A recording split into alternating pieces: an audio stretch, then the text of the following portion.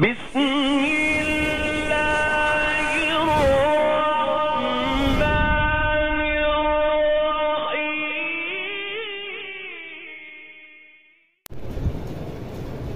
الحمد للہ نحمده ونستعینه ونستغفره ونؤمن به ونتوکل علیہ ونعوذ باللہ من شرور انفسنا ومن سیئات اعمالنا من يهده الله فلا مضل له ومن يضلله فلا هادي له ونشهد أن لا إله إلا الله وحده لا شريك له ونشهد أن سيدنا ومولانا محمدا عبده ورسوله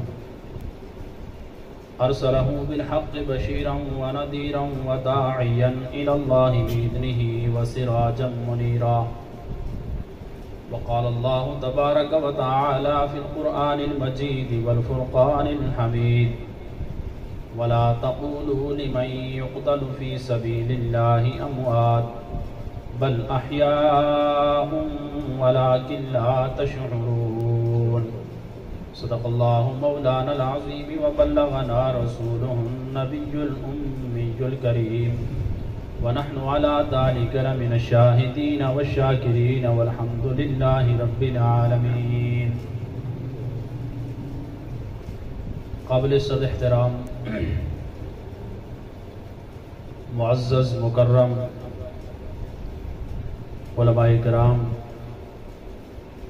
عزیزان من، عزیز دوستوں، بزرگوں اور بھائیوں، سب سے پہلے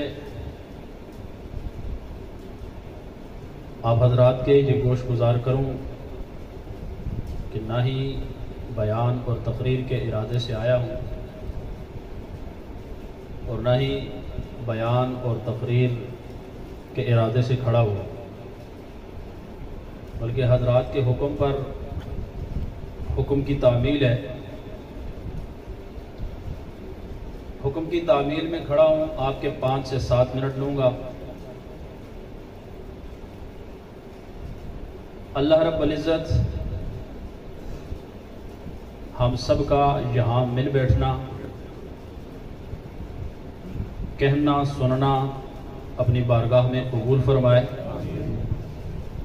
اور ہم سب کے لیے ذریعہ نجات بنائے. بلا کسی تمہید 2 باتیں آپ کے گوش گزار کر کے اجازت چاہوں گا. یکم محرم الحرام کا چاند نظر آ چکا ہے. کل یکم محرم ہے. اسلامی سال کا یہ پہلا مہینہ اور اسلامی سال کے اس پہلے مہینے کا پہلا دن سامنے دیوار پر لگا اشتہار آپ کا شہدائے اسلام کے عنوان سے معنون ہے. تاریخ اسلام کے اندر، مسلمانوں کی تاریخ کے اندر اسلام کی خاطر جان دینے والے بے شمار ہیں. انہی میں سے ایک یکم محرم کا شہید ہے. انہی میں سے 10 محرم کے شہداء بھی ہیں. ہم سب کے سب یہاں جتنے بیٹھے ہیں یا تمام اہل سنت، اب اہل سنت کے اندر دیوبندی، بریلوی، اہل حدیث، یہ سب کے سب اس بات کو مانتے ہیں اور اس کا اقرار کرتے ہیں کہ اہل سنت کے ہاں شہادت بہت بڑا مرتبہ ہے اور بہت بڑی سعادت ہے. اسی لیے اہل سنت کے ہاں شہادت کے اوپر ماتم نہیں، سینہ گوبی نہیں، رونا دھونا نہیں، چیخنا چلانا نہیں، پیٹنا نہیں، اپنے آپ کو مارنا یا کسی کو مارنا، یہ اہل سنت کے ہاں نہیں. اب یہ سارے کام وہ کرے جو شہادت کو مصیبت سمجھے، جو شہادت کو مصیبت سمجھے. ہم الحمدللہ شہادت کو مصیبت نہیں بلکہ بہت بڑی سعادت سمجھتے ہیں. اور اس لیے عرض کرتے ہیں کہ اسلام کے اندر صرف ایک واقعہ کربلا نہیں ہے. یہ المیہ ہے ہمارا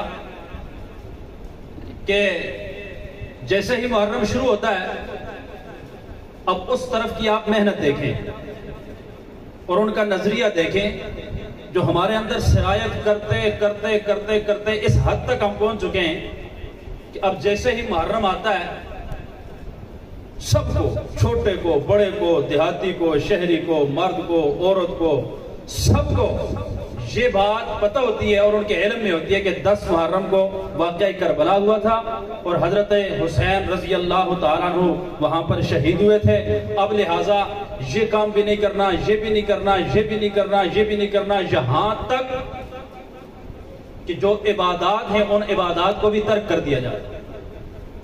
جو عبادت ہے، اب بات لمبی نہ ہو جائے، میں مثال دینے لگا ہوں کہ ہم ان کی بات نہیں کر رہا. ہم اہل سنت محرم شروع ہوتے ہی یہاں تک کہ نکاح جیسی عظیم سنت کو بھی ترک کر دیتے ہیں، چھوڑ دیتے ہیں، عظیم سنت کو بھی چھوڑ دیتے ہیں. ان دنوں میں نکاح نہیں کرتے. بھائی کیوں؟ بھائی 10 محرم کو حضرت حسین رضی اللہ تعالیٰ عنہ شہید ہوئے تھے، تو کیا حضرت حسین رضی اللہ تعالیٰ عنہ کی شہادت ہمیں یہ پیغام دیتی ہے کہ بھائی آپ نکاح نہیں کرنا؟ یہ حضرات اکابرین اسٹیج پہ تشریف فرمائے، ان سے پوچھیں کہ 10 محرم اور حضرت حسین رضی اللہ تعالیٰ عنہ کی شہادت کا پیغام یہ ہے کہ بھئی آپ نے نکاح نہیں کرنا، آپ نے شادی نہیں کرنی. اور دوسری علماء سے پوچھئے کہ یہ نکاح اور شادی ہے کیا چیز؟ کیا یہ عبادت نہیں ہے؟ کیا یہ نبی کی سنت نہیں ہے؟ تو عرض یہ کر رہا ہوں کہ یہ دن جیسے شروع ہوتے ہیں اب ان کی طرف سے اتنی بڑی محنت ہے اور اتنی بڑی سازش ہے کہ یہ سب کو یاد ہے، غم حسین میں یہ بھی نہیں کرنا، غم حسین میں یہ بھی نہیں کرنا، غم حسین میں یہ بھی نہیں کرنا، سارے کام چھوڑ دیے. اب اسی سے اگر پوچھا جائے یہ سارے کے سارے کام اگر 10 محرم کو چھوڑے جا سکتے ہیں تو یہ 1 محرم کو کیوں نہیں چھوڑے جا سکتے؟ اگر یہ سارے کے سارے کام 10 محرم کو امام حسین کی شہادت کی وجہ سے چھوڑے جا سکتے ہیں تو یہ 18 ذی الحج کو حضرت عثمان کی شہادت پر کیوں نہیں چھوڑے جاتے؟ یہی سارے کے سارے کام 10 محرم کو حضرت حسین کی شہادت پر چھوڑے جا سکتے ہیں تو یہ سارے کے سارے کام 21 رمضان کو حضرت علی کی شہادت پر کیوں نہیں چھوڑے جا سکتے؟ یہی سارے کے سارے کام شہداء بدر پر کیوں نہیں چھوڑے جا سکتے؟ شہداء احد پر کیوں نہیں چھوڑے جا سکتے؟ اسلام کے دامن میں تو 1 2 نہیں، 2 4 نہیں، سینکڑوں نہیں، ہزاروں نہیں، کروڑوں نہیں، اربوں نہیں، کھربوں کی تعداد کے اندر شہید ہیں. پھر کس شہید کے نام پر تم نکاح چھوڑو گے؟ کس شہید کے نام پر تم شادی چھوڑو گے؟ کس شہید کے نام پر تم ہنسنا چھوڑو گے؟ کس شہید کے نام پر تم اپنی تقریبات چھوڑو گے؟ یہ تو سارا کا سارا سال شہداء کی شہادتوں سے بھرا پڑا ہے. یہ تو ساری کی ساری اسلامی تاریخ شہداء کے خون سے رنگین ہے. پھر اگر یہی فلسفہ ہے اور یہی اگر عبادت ہے، یہی اگر دین ہے تو پھر آئیے عہد کر دیجئے کہ سب کو چھوڑ دو، پھر دنیا میں خوشی منانے کا اور شادیاں کرنے کا کوئی دن باقی نہیں ہے. اور ٹھیک ہے یا غلط؟ ٹھیک. 1 محرم 2 باتیں. اس لیے علماء سے پوچھئے محرم کے اندر شادی کرنا منع نہیں ہے، کیا کریں. گلہ آپ سے کہ آپ بھی نہیں کرتے. 1 محرم کا شہید ہے حضرت عمر رضی اللہ تعالی عنہ اور 10 محرم کے شہید حضرت حسین ابن علی رضی اللہ تعالیٰ عنہ. دوسری بات جو آپ سے کرنے لگا ہوں وہ یہ ہے کہ ہم جہاں حضرت علی کو خراج عقیدت پیش کرتے ہیں، ان کی عظمت، مقام، مرتبے کو، بلندی کو سلام پیش کرتے ہیں، وہیں پر تمام اہل سنت کے جتنے مسالک ہیں، جتنا احترام ہم صحابہ کا کرتے ہیں اتنا ہی احترام اہل بیت کا کرتے ہیں. اہل سنت میں آپ کو ایسا کوئی نہیں ملے گا، کوئی اہل سنت میں آپ کو ایسا نہیں ملے گا جو یہ کہے کہ مجھے صحابہ سے پیار ہے اہل بیت سے نہیں ہے. ایسا کوئی نہیں ہے، بے شک نہیں ہے. ہم جتنا پیار، جتنی محبت، جتنی عقیدت صحابہ سے کرتے ہیں اتنی ہی اتنی ہی اہل بیت سے کرتے ہیں. اسی لیے ہم یکم محرم کے شہید کو بھی سلام عقیدت پیش کرتے ہیں. ہم 10 محرم کے شہید کو بھی سلام عقیدت پیش کرتے ہیں. یکم محرم کا شہید وہ ہے جسے فاتح قیصر و کسریٰ کہا جاتا ہے. یکم محرم کا شہید وہ ہے جسے مراد رسول کہا جاتا ہے. یکم محرم کا شہید وہ ہے جس نے سب سے پہلے کعبے کا در کھلوایا اور صحابہ کو لے کر کعبے کی دیواروں کے ساتھ کھڑے ہو کر اعلان کیا تھا کہ آؤ جس نے اب اپنی بیویوں کو بیوہ کرانا ہے, اپنے بچوں کو یتیم کرانا ہے, وہ اسلام کا راستہ روکے, عمر کا راستہ روکے, نبی کا راستہ روکے. یہ یکم محرم کا شہید ہے کہ فضائل بے شمار ہیں, ان کی فضیلتیں بے شمار ہیں. صرف ایک بات آپ کے سامنے عرض کر کے اپنی بات کو سمیٹتا ہوں اور بات ختم کرتا ہوں. اب 10 محرم کا چرچا بہت ہوتا ہے, یکم کا نہیں ہوتا اس طرف سے. اس کی وجہ کیا ہے؟ یہی وجہ بیان کر کے میں بات ختم کرتا ہوں. در حقیقت مسئلہ یہ تھا کہ جب نبی علیہ السلام کی دعوت پھیل رہی تھی, کفار پریشان تھے. اختصار کے ساتھ میں عرض کرتا ہوں, واقعہ بہت لمبا ہے. کفار پریشان تھے کہ بھائی اس راستے کو کس طرح بند کیا جائے, اس معاملے کو کس طرح دبایا جائے, اس کو کس طرح روکا جائے. میٹنگ بلائی, اس میٹنگ کے اندر سارے کے سارے کافر تھے اور مشورہ یہ کر رہے تھے کہ نبی کا راستہ کیسے روکا جائے. ابھی تک عمر اسلام نہیں لائے تھے. آخر سب کی نظریں یہیں پہ رکی. علماء سے آپ واقعہ سنتے رہتے ہیں. عمر کو کھڑا کیا, واقعی آپ ہی کر سکتے ہو, جاؤ. اس ارادے سے نعوذ باللہ نکلے کہ نبی کا سر قلم کرنے جا رہا ہوں. اب یہ واقعہ سنانا مقصود نہیں ہے, صرف اتنی بات آپ کے سامنے رکھنا چاہتا ہوں کہ اس محفل کے اندر سارے کے سارے کون تھے جو مشورہ کر رہے تھے؟ کون تھے؟ آپ کے علاقے کی ان کافروں کی بات نہیں کر, ان کی کر رہا ہوں. ان کی کون تھے؟ یہ ابو جہل کون تھا؟ یہ عتبہ کون تھا؟ یہ شیبہ کون تھا؟ یہ سرداران مکہ کون تھے؟ یہ جو نبی کے خلاف میٹنگ کر رہے تھے یہ کون تھے؟ یہ جو نبی کے خلاف مشورہ کر رہے تھے یہ کون تھے؟ ان کے کفر میں کوئی شک ہے؟ نہیں. ان کے کافر ہونے میں کوئی شک ہے؟ انہی میں حضرت عمر بیٹھے تھے نا. اب ان سے اٹھے اور اس ارادے سے اٹھے, ان کا منصوبہ لے کر, ان کے خیالات لے کر, ان کا نظریہ لے کر, ان کا مشن لے کر اٹھے اور چل دیے. اس محفل سے نکلے اور چل پڑے.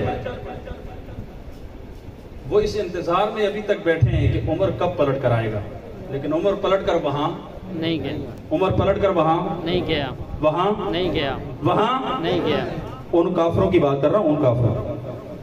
وہ اس انتظار میں بیٹھے رہے کہ ابھی ہمارے مشن کی تکمیل ہوتی ہے, ابھی ہمارے منصوبے کی تکمیل ہوتی ہے, ابھی ہمارے نظریے کی تکمیل ہوتی ہے. جو منصوبہ مشن نظریہ ہم نے عمر کو دیا ہے وہ اسے مکمل کر کے پورا کر کے پلٹ کر ہماری محفل میں آئے گا, ہمارے علاقے میں آئے گا, ہمارے گھر میں آئے گا, ہمارے محلے میں آئے گا. لیکن آج تک عمر پلٹ کے واپس نہیں گیا. یہی تو بغض ہے عمر سے کہ بھیجا کسی اور منصوبے کے لیے تھا. یہی تو حسد ہے حضرت عمر سے کہ منصوبہ اور نظریہ کوئی اور دے کر بھیجا تھا سر لینے کے لیے, گیا تو سر دے کر آ گیا. عمر پلٹ کر آج تک واپس نہیں آیا. جاؤ جا کر تحقیق کر لو, اس محفل میں عمر پلٹ کر نہیں آیا, اس علاقے میں عمر پلٹ کر نہیں آیا. اگر وہاں تک رسائی نہیں ہے, قرب و جوار کے اندر جا کر دیکھو, کافروں میں آج بھی عمر نہیں ہے. نہ کافروں میں عمر ہے, نہ کافروں میں عمر والی غیرت ہے, نہ کافروں میں عمر والی شجاعت ہے, نہ کافروں میں عمر والی دلیری ہے, نہ کافروں میں عمر والی بہادری ہے, نہ کافروں میں عمر والا حیا ہے. اس لیے نہیں ہے کہ عمر پلٹ کر وہاں آج تک نہیں گیا. جا کر تحقیق کر لے, ان کے چھوٹوں میں دیکھ عمر نہیں ملے گا, بڑوں میں دیکھ عمر نہیں ملے گا, بچوں میں دیکھ عمر نہیں ملے گا, محلوں میں دیکھ عمر نہیں ملے گا, علاقوں میں دیکھ عمر نہیں ملے گا, برادریوں میں دیکھ عمر نہیں ملے گا, ان کی عبادت گاہوں میں دیکھ عمر نہیں ملے گا, ان کے خاندانوں میں دیکھ عمر نہیں ملے گا. عمر وہاں سے نکلا گیا اور پلٹ کے آج تک واپس نہیں گیا. ہاں, اب جب عمر پلٹ کر واپس آئے گا تو انہی کا سر لینے کے لیے آئے گا, انہی کا قلعہ تباہ کرنے کے لیے آئے گا, انہی کا راستہ روکنے کے لیے آئے گا. اس وقت جب تک عمر دور خلافت میں تھا, عمر اسلام لانے کے بعد جب تک اس دنیا کے اندر زندہ رہا, پھر کافروں کا راستہ روکتا رہا, پھر کافروں کے سامنے سیسا پلائی ہوئی دیوار بنا رہا, پھر کافروں کو لوہے کے چرے چلاتا رہا, پھر